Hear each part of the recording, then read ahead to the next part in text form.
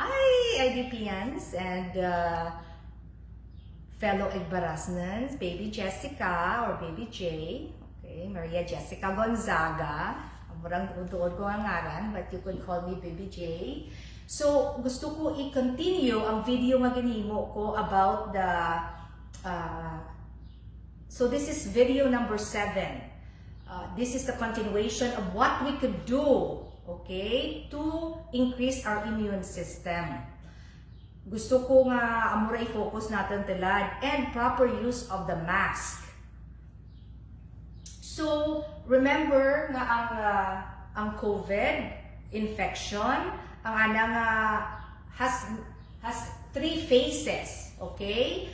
Ang una nga phase kara is ang phase 1 is when you get contaminated by SARS-2 coronavirus. Amurang phase 1. Phase 2 is during the incubation period, which is 5 to 7 days.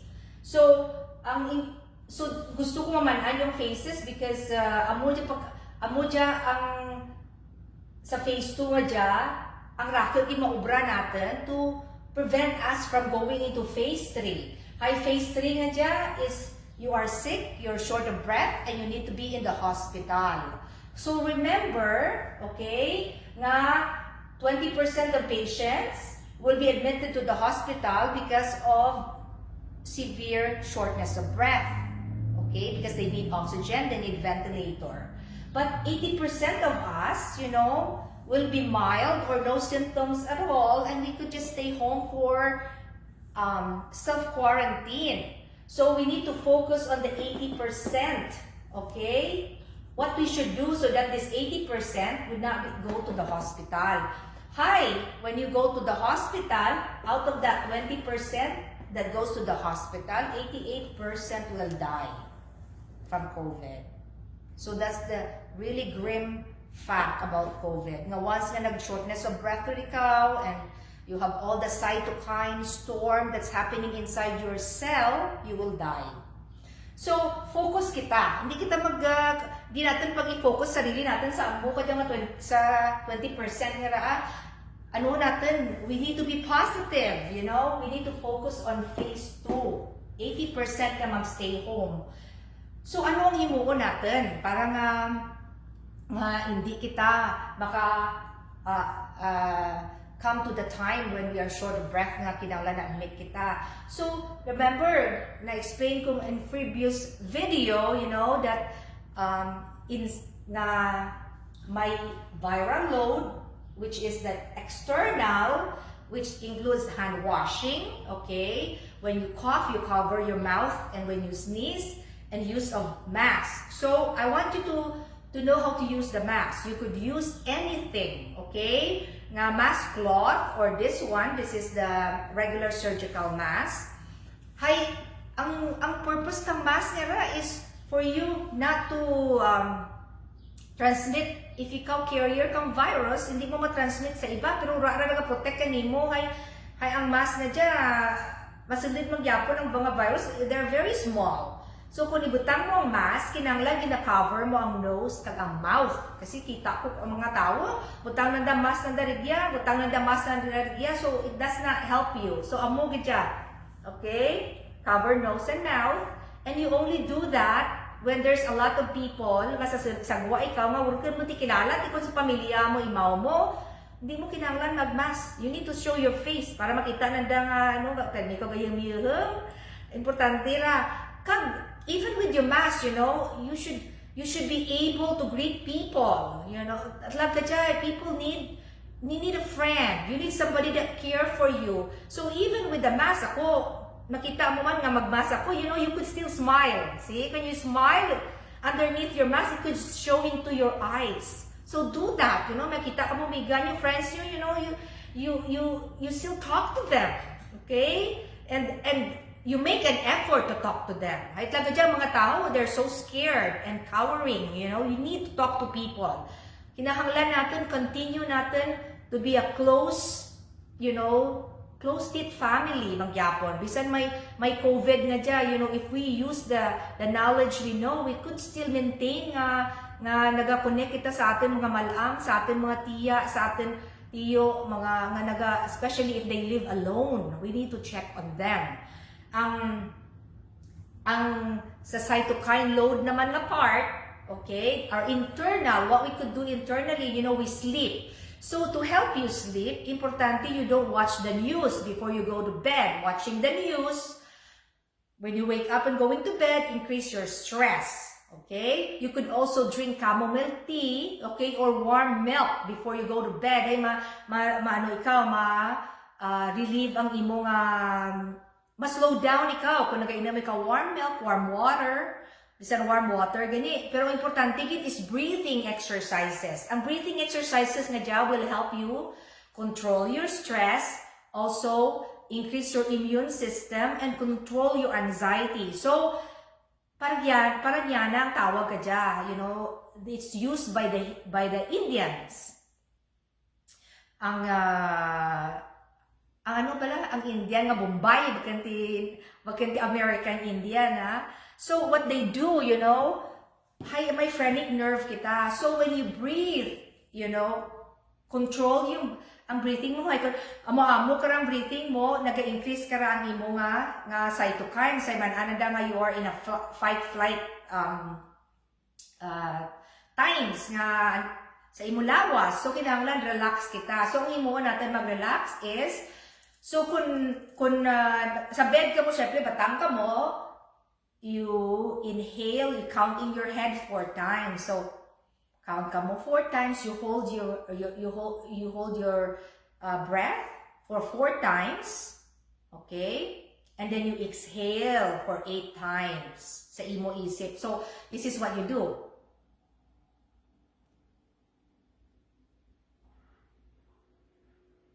So liwan-liwanan nyo ra, hasta nga mag-relax ka mo. Usually mga 10 times relax ra ka mo.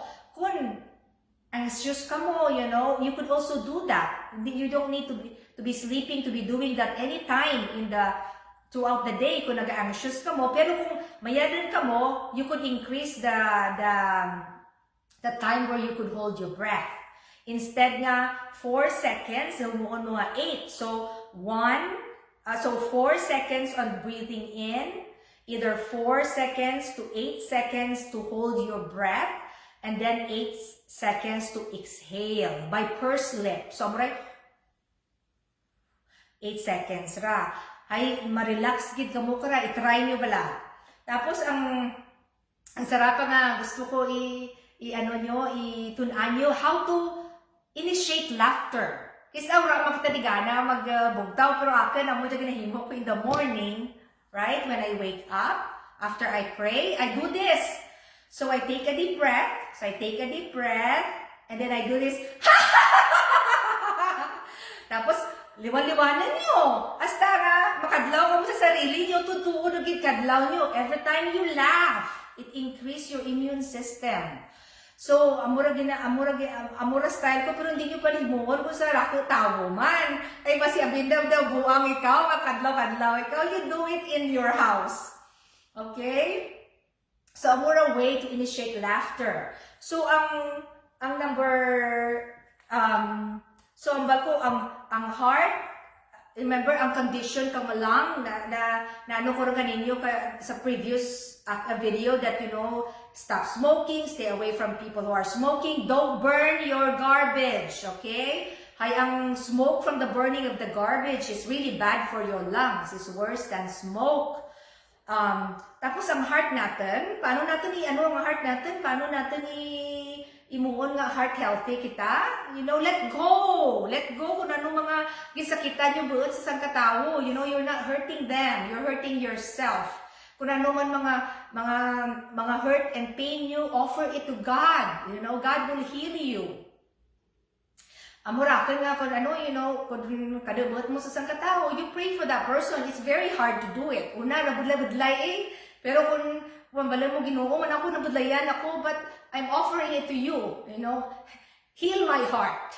So, hindi kita maghupot kang galit o sakit buot. Ayaw kita mangyapon ang suffer. So, also, if you have high blood pressure, be sure nga blood pressure mo manaba, okay? 120/80 is your goal. for your blood pressure. So, itry ninyo. So, paano ninyo mapanaba blood pressure ninyo? Is sleeping and also reduce your stress. Don't eat so much salt. Eat lots of vegetable, okay? And yung mga exercises, very effective gid, is brisk walking. Bisan tambok ka, malami ka, you could do it. So, 15 to 20 minutes of brisk walking every day. And number 2, ang importante gid is, so, mag-focus kita sa 5 to 7 days na phase 2 dyan. Okay? So, ang tama gid lang dyan ka beneficial nga proven by research is vitamin D. Ang vitamin D nga dyan, they found out na ang virus dali may protection sanda man nga naga-prevent sanda kang absorption ng vitamin D sa lawas natin. So kinahang amura nga depleted kita sa vitamin D kag ang vitamin D will help us with our immune system. So free ang vitamin D sa Pilipinas. Rako init, okay? Kag ang vitamin D helps the absorption of vitamin C. Nga vitamin C raman nag-increase man kang immune system natin. Okay? Vitamin C, it helps to the calcium go into our bones. So, amura nga kang time, okay, this is like, amura kang time ng virus kang Spanish flu. They did autopsy on those people that was